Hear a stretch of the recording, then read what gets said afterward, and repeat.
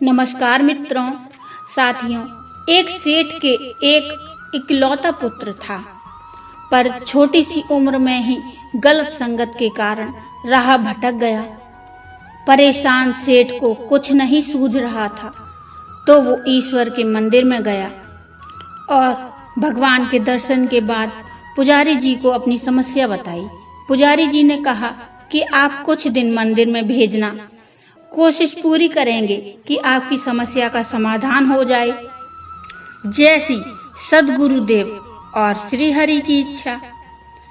सेठ ने पुत्र से कहा कि तुम्हें कुछ दिनों तक मंदिर जाना है, नहीं तो तुम्हें संपत्ति से बेदखल कर दिया जाएगा। घर से मंदिर की दूरी ज्यादा थी और सेठ उसे किराए के गिनती के पैसे देते थे। अब वो एक तरह से बंदिश में आ गया। मंदिर के वहां एक वृद्ध बैठा रहता था और एक अजीब सा दर्द उसके चेहरे पर था, और रोज वो बालक उस वृद्ध को देखता और एक दिन मंदिर के वहां बैठे उस वृद्ध को देखा तो उसे मस्ती सूझी और वो वृद्ध के पास जाकर हंसने लगा और उसने वृद्ध से पूछा, हे वृद्ध पुरुष, तुम यहाँ ऐसे क्यों बैठे रहते हो? लगता है बहुत दर्द भरी दास्तान है तुम्हारी, शायद बड़ी भूलें की हैं जिंदगी में। उस वृद्ध ने जो कहा उसके बाद उस बालक का पूरा जीवन ही बदल गया। उस वृद्ध ने कहा, हाँ बेटा, हंस लो, आज तुम्हारा समय है, पर याद रखना कि जब समय बदलेगा तो एक दिन कोई ऐसे ही तुम पर भी हंसेगा।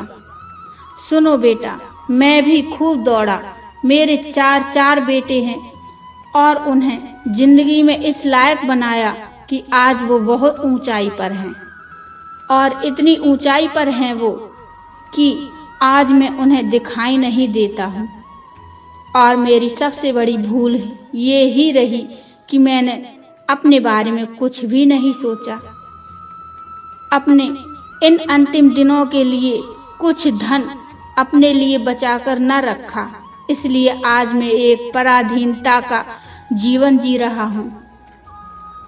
पर मुझे तो अब इस मुरलीधर ने संभाल लिया कि यहाँ तो पराधीन हुआ हूँ, कहीं आगे जाकर पराधीन ना हो जाऊं। बालक को उन शब्दों ने झकझोर कर रख दिया। बालक, मैंने जो अपराध किया है उसके लिए मुझे क्षमा करना, पर हे देव, आपने कहा कि आगे जाकर पराधीन ना रहूं, ये मेरी कुछ समझ में नहीं आया।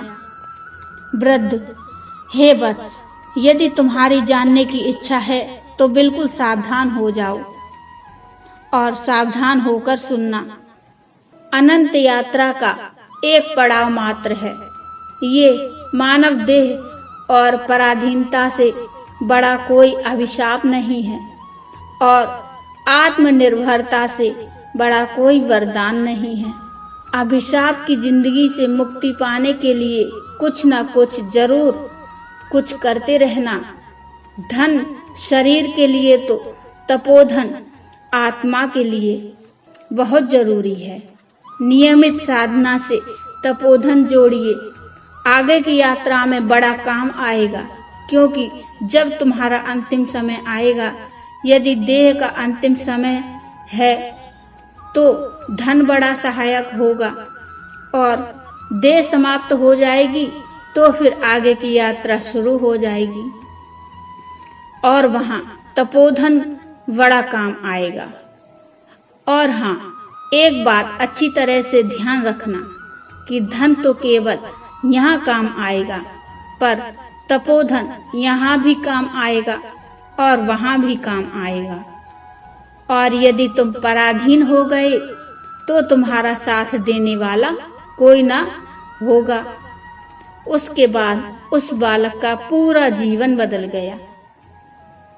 इसलिए नियमित साधना से तपोधन इकट्ठा करो।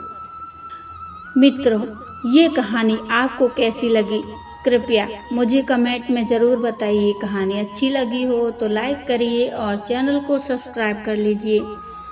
मिलते हैं फिर एक और भक्ति में या सुंदर सी कहानी लेकर। तब तक के लिए जय श्री राम।